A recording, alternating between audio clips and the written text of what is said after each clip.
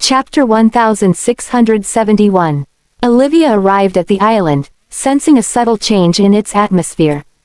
Though the scenery remained the same, the robots that once populated the island were conspicuously absent. Normally, upon leaving the island, one would encounter some robot spies. Near the island, numerous ships were anchored, many belonging to foreign private armed organizations and mercenaries. This indicated that a significant number of people had landed on the island. What had happened? Ethan, is there something wrong?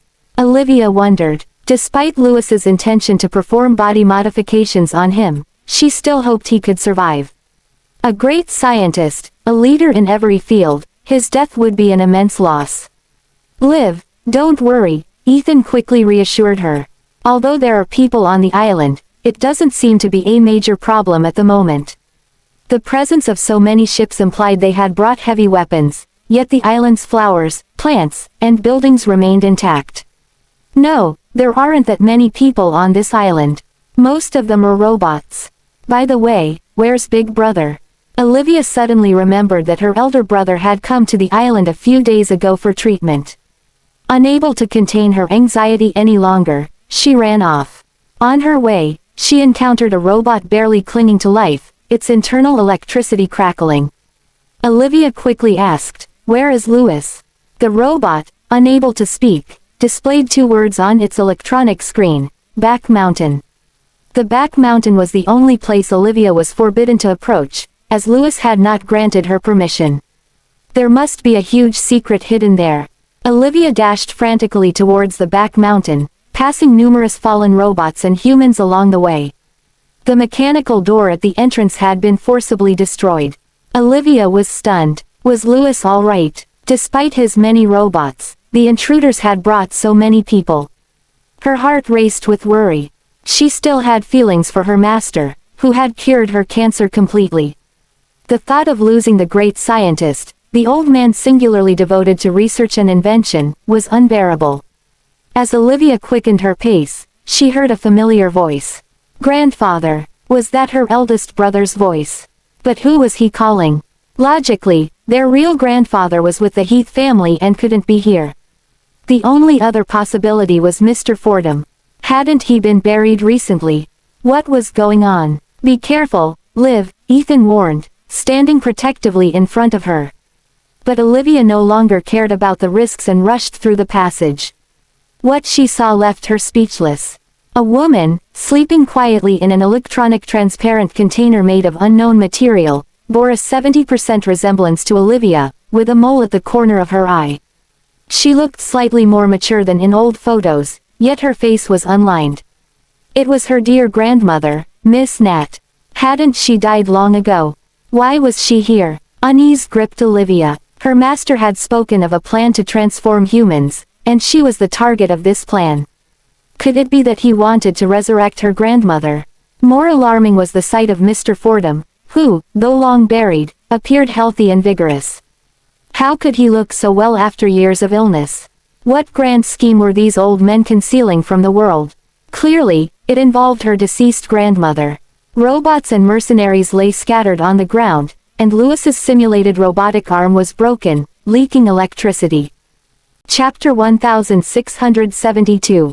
Brother, what happened? Olivia asked, her voice filled with concern as she hesitated to approach Lewis. The only person she felt comfortable with in the vicinity was Avery. Olivia, don't come any closer. It's too dangerous here, Avery warned, looking worried. Lewis glanced at Olivia and said, Old man, my experiment is about to succeed. She is Miss Nat's descendant, and her blood is the same as Miss Nat's. Olivia's face changed. No wonder she always felt that Lewis took special care of her. She had thought it was because of her physical condition and talent, but now she realized that Lewis had known her true identity from the beginning. The so-called living human transformation plan was actually to resurrect her grandmother. This man was terrifying. He had gone to such lengths to resurrect her grandmother, and she had almost been deceived into believing he was only interested in the transformation plan.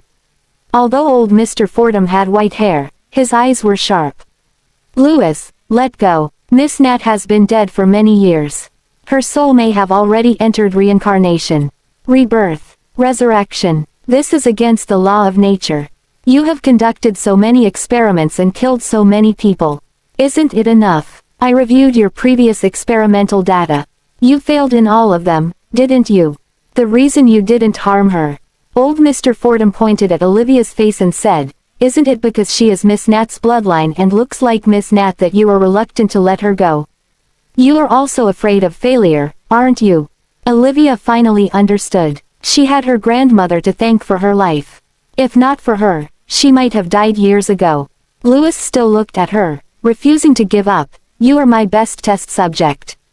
Hurry up and help me. Avery and Ethan stepped in to protect Olivia. Don't go. It turned out that the Fordham family had orchestrated this entire scenario. Old Mr. Fordham had pretended to be dead to infiltrate Lewis's base today.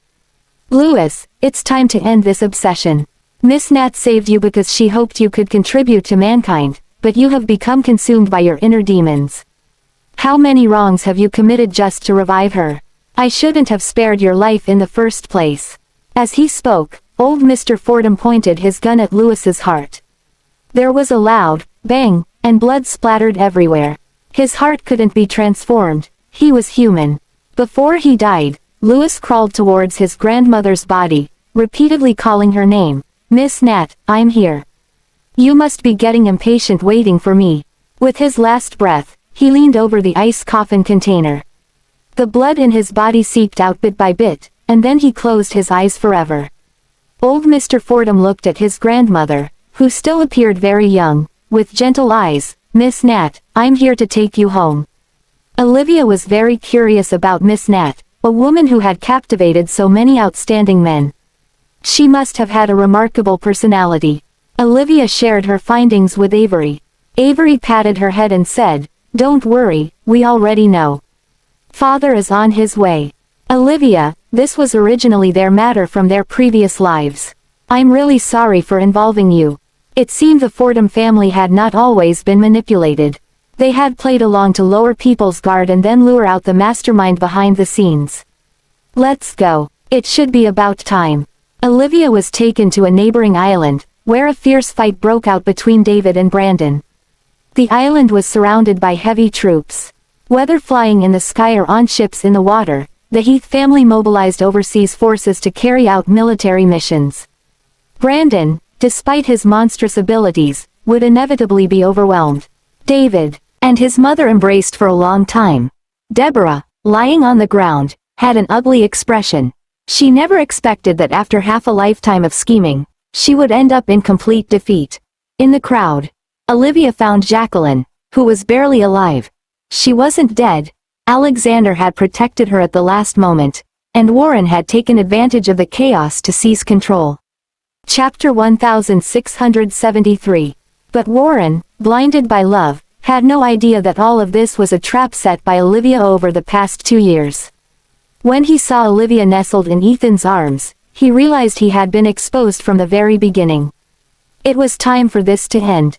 Although the Fordham family had won, they had still suffered heavy losses due to the joint attacks by Brandon, Deborah, and Jacqueline over the years. Many people were injured or had died.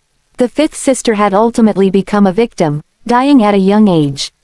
Olivia lit incense at her grave and said, "Fifth sister, in your next life, keep your eyes open. Don't worry, I will take good care of our family." A gentle breeze blew, carrying a leaf that landed on Olivia's shoulder, as if responding to her. Old Mr. Fordham returned with the Fordham family, and Miss Nat was finally laid to rest in peace. No one was informed about her funeral, but Mason attended privately. Mason and old Mr. Fordham exchanged glances. These two men, who had once been the most important to Miss Nat, met only after her death. Mason's eyes were red. He picked the tenderest peach blossom from a branch in the early morning and placed it on the tombstone. "Sister, I'm sorry, I'm late." At that moment, Olivia saw not an old man but a handsome young man who had finally found his true love in the dim morning light. Although her mother's eyes had been poisoned, they could recover with gradual treatment. Olivia brought Warren and Jacqueline back overseas. Spring had come, and the mountains were covered in blooming flowers. Mona's grave was adorned with small, colorful flowers. The dying Jacqueline was forced to kneel in front of the tombstone. Warren looked at the name on the tombstone and a bitter smile appeared on his face. In fact, I knew this day would come, Miss Fordham. You and I spent over 2 years for her. Warren gazed at Olivia's pretty face with a mix of longing and resignation. He knew she had used him, but he still found it difficult to let go, even at the risk of his own life. This was likely the retribution of reincarnation. Mona had died by his hand, but he fell in love with Olivia, who had been his target back then. Olivia threw a bracelet to Warren, the one he had bought to make Mona happy. Warren didn't clearly remember what Mona looked like, only recalling the little girl's happy smile when she received the bracelet. Warren, go to the afterlife and apologize to Mona. Olivia handed him a gun and said, use her blood to atone for Mona. Jacqueline, barely clinging to life, her reconstructed face now stripped away, begged for mercy. Olivia, I don't want to die. Olivia looked down at Jacqueline. Mona didn't want to die either, but she shielded my stomach on that rainy night and took the bullet for me. She was still so young when she died. Why do you think you deserve to live? Warren seemed to remember some details. At that time, his focus had been on killing Olivia, ignoring the little girl who had been a mere tool to him. Before she died, she had looked at him and softly asked, Warren, have you ever loved? A gunshot rang out, and Warren shot Jacqueline cleanly and neatly, blood splattering everywhere. Jacqueline, with eyes wide open, fell into the mud bit by bit. Warren looked at Olivia. What about my mother's side? Don't worry, I won't involve innocent people. This is what you owe Mona. Once you repay her, everything will be settled. Chapter 1674. Warren's face showed a trace of desire. Olivia, during the more than 2 years we were together, did you ever love me for a moment? Olivia stared at him, her eyes cold and filled with disgust. No, I wished for your death every moment. Warren smiled desolately. I see. The law of nature is reincarnation, and everything is retribution. Bang! Birds flew across the sky as blood spilled on the ground. Warren looked at the cold photo on the tombstone and said, Mona, I will repay everything I owe you. Olivia watched as people died one after another, her heart aching uncontrollably, and tears slowly flowed down. Mona, I have avenged you. You can rest in peace now. She had waited too long for this day. After taking her revenge, Olivia felt only emptiness inside. The rapeseed flowers were in full bloom. In the gentle breeze, Willow chased after the sundial, the bells on her body jingling. Zack teased, come and catch me. In the distance, Alicia made a wreath and called to Connor, brother, bend down. Connor cooperated, letting Alicia place the wreath on his head. It looks so beautiful. Big brother is the one who looks most like dad. Olivia watched tenderly, seeing the young Ethan in him. Liv, a man's voice called out. Olivia turned to see Ethan kneeling in front of her, holding a diamond ring. Marry me again, okay. The children cheered, marry him, marry him. Olivia's cheeks blushed. This person. Ethan solemnly placed the ring on her finger. Liv, I swear I will never let you get hurt again. Alicia draped wreaths around their necks, and they embraced tightly in the rapeseed field. The little witch played a cheerful tune. After returning overseas, Ethan arranged a grand wedding for Olivia. This time, Olivia was not hidden but stood proudly by his side.